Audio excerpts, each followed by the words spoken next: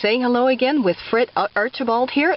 Please tell me your company name again. It's Archibald Orchards and Winery and Cider House Golf. Okay, and we're right on the edge of the golf course here. We certainly are, and there's ladies here today. There are ladies, despite the hot weather. There's quite a few people that get out in the morning, and usually it gets slow by this time of day, but these girls are making the best of the bright sunny conditions. They are. Trying to ignore the heat. Okay, perfect. So we're gonna continue to drive around, Suzanne. I'm going to take you through the course. Yes. It is a 9-hole par 3 golf course, and it is integrated into the orchard. There are many different kinds of apples that we'll see as we drive along. Yeah. Some are very small trees that are posted. Some are a little bit bigger. Every variety has a different growth habit, and of course the apples will look a little differently. That little row right there is Honeycrisp. That's one of our new varieties. These are Macoons. I have some pumpkins planted in between here. Pumpkins, yeah. A little bit of crop rotation almost. Yeah. Every time I remove a row of apple trees, I plant something else for a little while. So how old would these trees be? These trees are 4 years old here. So they're pretty young. Yeah. This is a young planting, and we plant right into the playing part of the golf course. Not right on the fairways or on the greens. Yeah. But there's still quite a bit of apple production here on the site, despite the fact that we have enough room to squeeze in the 9 holes. So that was the original concept.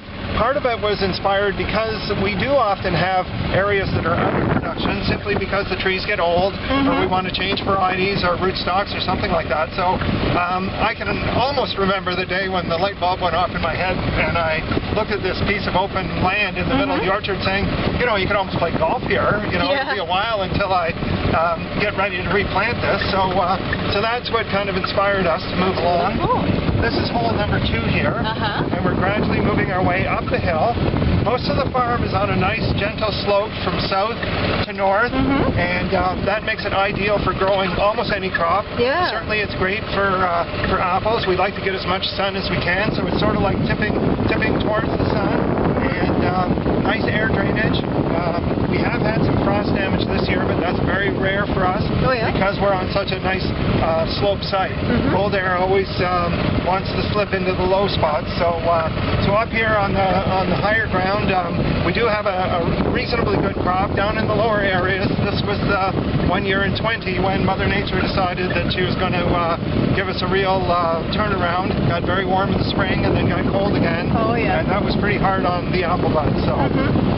Now, are these eating apples, all of them? Well, they all can be. Everything we grow is essentially dual purpose. Okay. This happens to be an old block of Macintosh right here. Those are very good for winemaking.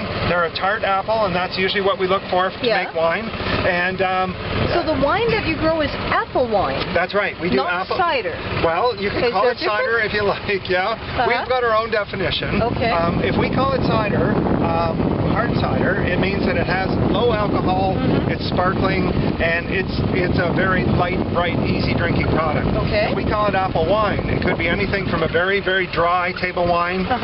We're going to be tasting some of our wine a little later, and the Idared is one that is Sandy's favorite, and it's a very, very dry, zero varietal apple wine.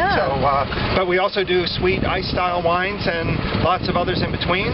And even though we use a lot of apple, we use many other fruits that grow in Ontario, and except grape. Except grape. Except grape. So that's your motto. Everything goes except grape. That's our signature. We call ourselves a fruit winery, even though grape is a fruit. Everybody else does grape. Yeah, everybody else does grape. So this is kind of a nice vantage point here. You can see down to where our house is. That's where we essentially started out. If we look around to the north, you can see the hints of the Oak Ridges moraine.